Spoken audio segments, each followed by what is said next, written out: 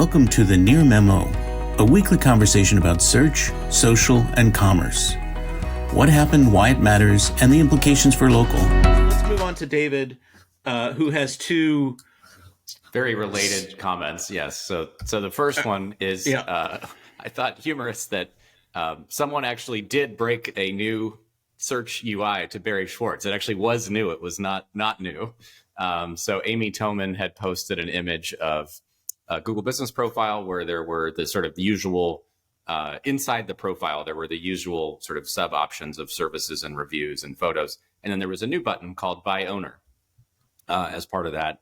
And the By Owner tab now shows your description and posts, both of which used to be sort of at the bottom of the main panel, but very much visible on a brand search on desktop. And I presume on mobile. I don't know. I haven't done a brand search on mobile in a while, but so the Google, to me, this is Google probably trying to make the Google Business Profile a little less bloated, a little less baroque, and at the same time provide a place where they can give business owners the sort of, reassurance that yes, the stuff that you're putting into your profile like still has a place to live, but I think it's going to radically decrease the visibility of posts for sure.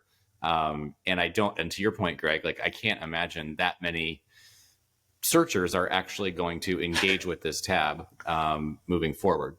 And the bigger comment here is just like, if you now look at quote unquote, your Google Business Profile, the percentage of pixels devoted to your content, as opposed to user generated reviews, Google's category list, the hours of operation that users generally submit and overwrite, all of this stuff is actually not yours. It's like the percentage of pixels is like 4% that are devoted to your content. And so it just reinforces the long-time message from Mike that your Google Business Profile is Google's business profile. It is not.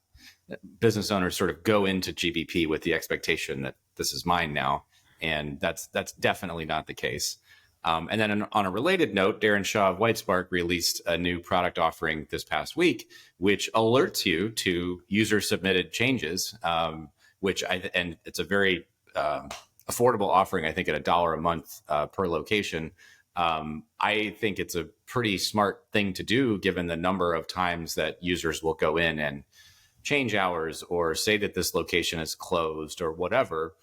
Which can have a dramatic effect on your actual foot traffic. And the typical business owner, and certainly the typical large corporation, probably is not monitoring this stuff the way they should be. So I think that these two stories are very much related, that Google has been sort of decreasing the amount of business owner stuff in the business profile for a long time and accepting user edits, superseding user edits above business owner entered information for a very long time.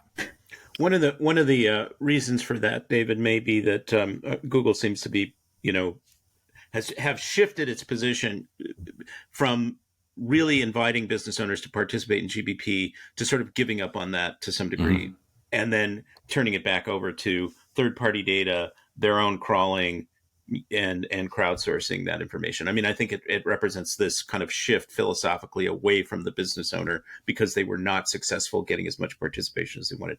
Mike, I cut you off. You didn't cut me off. I was just... You were breathing. I was breathing heavily, thinking I might have an entry, but I did. So thank you. I was just looking at the interface for the By Owner, in the context of what looks like a mobile website, which is the business profile if you do a brand search, so Barbara Oliver Jewelry.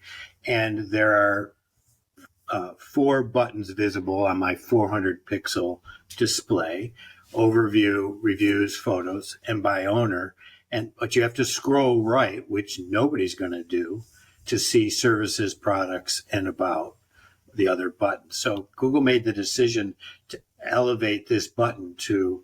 For now, highlighted in blue, though. It's very prime territory and more visible than the call, directions, share, or website buttons, at least to me, and I'm colorblind, but they stand out more on the page, which is sort of interesting to me.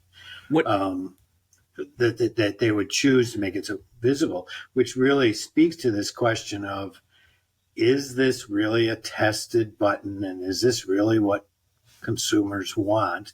And why would they click on by owner? They don't even know what it is. Well, Reviews precisely. and photos and overviews Precisely. are reasonable calls to action.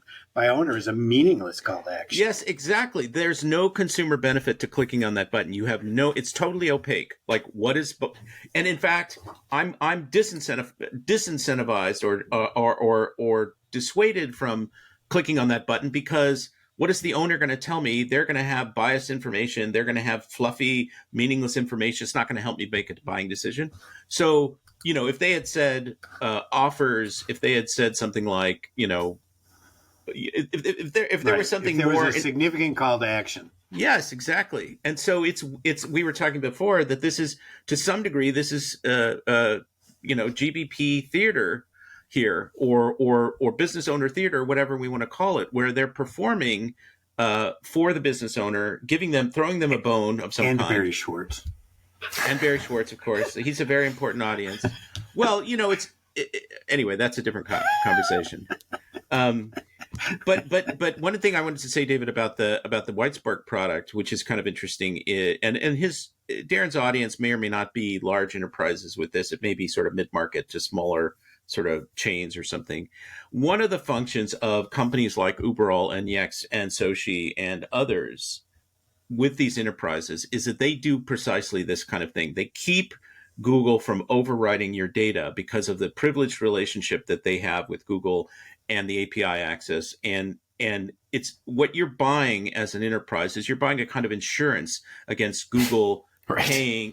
That's what it is. That's what it amounts to. You're also buying a canonical list. This is your actual location. Yes. Right. Which some of these companies can't keep. Right. And Darren's thing is a version of that, but done in a way that allows for self-service and a much more affordable price. So if you have an in-house person that could substitute for one of these more expensive, monthly subscription programs that are essentially insurance policies, not exclusively, but that's one of their main functions. Well said. Yeah. So, alrighty, we've come to the end of another exciting episode of the Near Memo, and as always, thank you for listening. Number? Find out next week. Well, I'll look right now and answer that difficult question. I should have looked beforehand.